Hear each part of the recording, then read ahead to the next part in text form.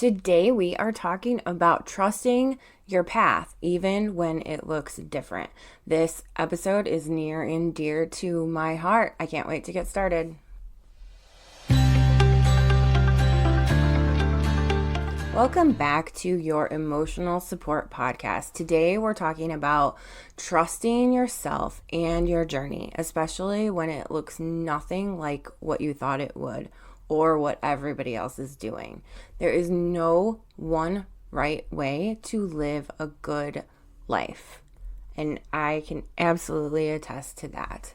We pay so much attention to what everyone else is doing, and we've talked about that in other episodes. We've talked about comparison, but not only comparison, but just like as a society in America especially, and obviously I can only speak about Americans because that's all I know about from experience, but we are so hyper focused on like societal norms and what we have been kind of sold our whole entire lives about what the trajectory of life is supposed to look like, right? You're supposed to go to school and then you're supposed to go to college. I put that in air quotes. And then you're supposed to get married, and then you're supposed to have kids, and then you're supposed to retire. There's this sequence of events that we have been so trained is the only right way. And I call BS on all of it because there is no one right way. There aren't steps. There's not certificates that you have to get along the way before you can go to the next thing, right? You can do things in whatever way you want to. And if you know me or have learned anything about me, I don't like to do things in any kind of particular order. I had my son by myself, and then I met my husband 2.5 years later. Okay, so there's no one right way to do things. Okay, so why is it so hard to trust ourselves? We're raised to look for that external validation, grades, right? When we're in elementary school or in middle school, high school, even like our grades were so hyper focused on what that external validation looks like. Even as adults, likes on our Instagram posts or Facebook posts, are we doing things in the correct order? Checklists, checking things off our lists. When your life doesn't follow the script, it's easy to feel like you're behind or doing it wrong, right? It's this: get married, have a job, hit this milestone, hit that milestone, do your gender reveal. It's all about like making sure not only are you hitting those milestones, but you're sharing them with the world and getting all of these accolades for them. Complete BS, okay? It's that comparison culture that I've talked about before.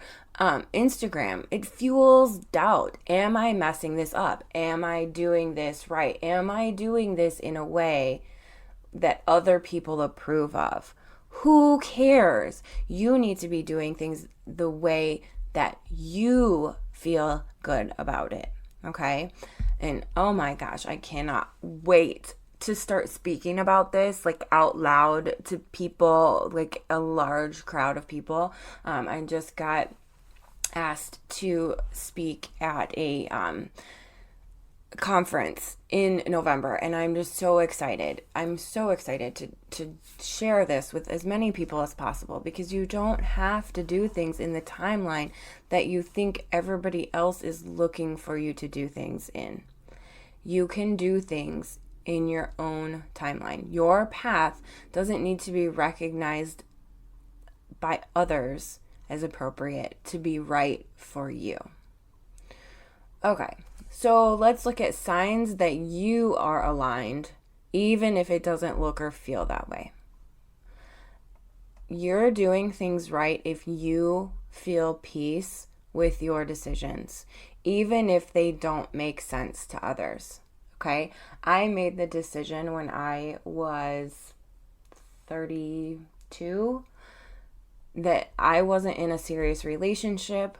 I really wanted to be a mom more than anything in the whole world. And so I made the decision to have a baby on my own.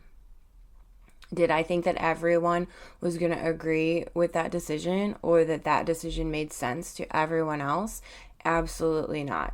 It didn't. But I knew that that was the right decision for me, and it was 100% the best decision I've ever made. I have my son. He is incredible and amazing, right? I met my husband later, okay? I wasn't looking for a husband at the time, okay? But I felt good about that decision. It didn't matter to me what other people thought. You're aligned, you're going in the right direction if you're no longer betraying yourself to meet expectations. If you're doing things because you feel like other people expect that of you and it just feels wrong in your gut, then it's wrong for you. It might be right for them. It might be right for your Aunt Linda or your cousin Bob, but it might not be right for you. Okay? And you are the one who has to deal with the aftermath in your life. Okay? If you are aligned and going in the right direction, if you feel more you, even if it's lonely sometimes, you might be the only one who gets it at first. But once other people start to see what your life looks like on you and that you're happy, then their whatever criticism and whatever might start to fade away. It might not. And that's their problem, not yours. Okay? You are aligned and going on the right path if you're tired, but it's the kind of tired that comes from growing, not shrinking. There is a huge, huge difference there, right? If you are tired because you are just killing it, doing all the things that you love, but it's exhausting because you're just so energized to do all these things, that's a good tired. But if you're tired because you're shrinking and you're not being your true authentic self, that's an exhaustion that is just not fun. And you shouldn't be shrinking to fit other people's needs. You should be growing and blossoming to be who you truly are meant to be. So other people's confusion isn't a sign that you're off track. I'm going to say that again. Other people's confusion isn't a sign that you're off track. Some people just don't understand. And guess what? That's okay. They don't have to understand your path because it's yours, not theirs. So how do you strengthen your trust in yourself? First of all, you want to reflect on when you've chosen yourself before. What did that feel like? Maybe write it in a journal or, just reflect on it mentally. But how did it feel when you chose yourself, even though other people didn't agree? And if you've never done that before, then I suggest you get started. Another way is to tune into your inner voice, not Nicole, okay, the other one, the good one. Like I said, journaling, just being still and present, taking notice of those glimmers, checking in with how your body responds to a decision. Your body is going to tell you how it feels about your decision. You've got those butterflies, when you see something that you love or, something that you're excited about. But then you've got those butterflies that you feel when you are anxious and nervous about something. And those feel very different. And your body is going to tell you which one, okay? Define your own milestones. Success for me looks like blank, okay? Success for you, like I said, is going to look different than Aunt Linda, okay? She grew up in a very different time. She's got a very different trajectory, Okay, we're not saying success for Aunt Linda looks like blank. We're saying success for me looks like blank, and you get to fill in the blank. Okay, wherever you are. Okay, I was 32 and single. Most people would say that success for me looked like getting married. Okay, I didn't necessarily want that at the time, nor did it seem like it was in the cards anytime soon. But success for me looked like being a mom at that moment. Okay, and so that's where I chose to focus my energy, and it felt so good. And did it turn out amazing the first time? No, I didn't get pregnant the first time I tried. Okay, so there's some disappointment there, but that was okay because I still knew that I was on the right path. Okay. And your path can change, right? I had set it up where, so I had three like chances, we'll say, quote unquote. And the first one didn't take. And I told myself, I will try these three chances. And if it doesn't work, then I will reassess what this looks like for me and how much I want to put myself through. Okay, so if it didn't happen after that third time, then I could step back and I could reassess. Okay, what does success look like for me now? Okay, because it can change, and it will, because sometimes things are out of your control, right? It was out of control, my control, whether or not I got pregnant, right? I could do all the right things to try, but there was a 30% chance that it would happen for me. 30%, that's it. And I knew those odds going in.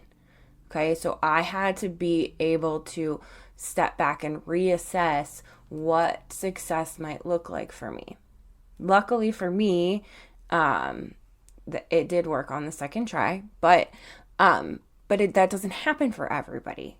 Okay, and sometimes what your goal is might not be reachable, so we have to kind of reset. And remember, this is the biggest one ever. You don't owe anyone an explanation for your choices. Anyone.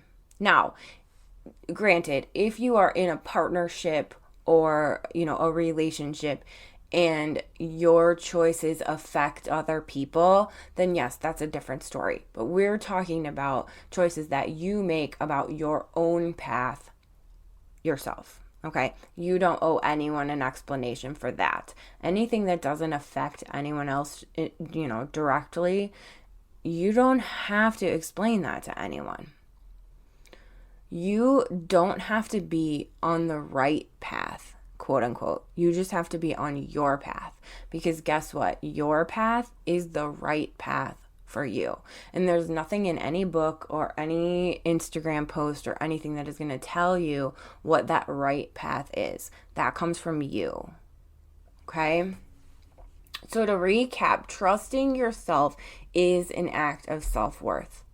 No one can validate your path except you. So here's your weekly challenge. Write down 3 things about your life that don't necessarily follow a script, but that you're proud of. Also, I want you to reflect on a time when trusting your gut paid off for you. And then create your own mantra for your whatever season of life you're in. And you could say things like, I trust the timing of my life. Or, alternative paths make beautiful destinations. Something like that. Okay? So here is your reminder that you didn't ask for, but definitely need. Your path doesn't have to make sense to anyone but you. Trust it. Trust you. You're not lost. You're becoming. And that is a beautiful thing. Okay? We all need to pay more attention to what's right for us instead of what we think is right for us, or instead of what we think everyone else thinks is right for us, right? Okay, just said right way too many times. Have a great week, everyone. I will see you next Monday. I am so glad you're here.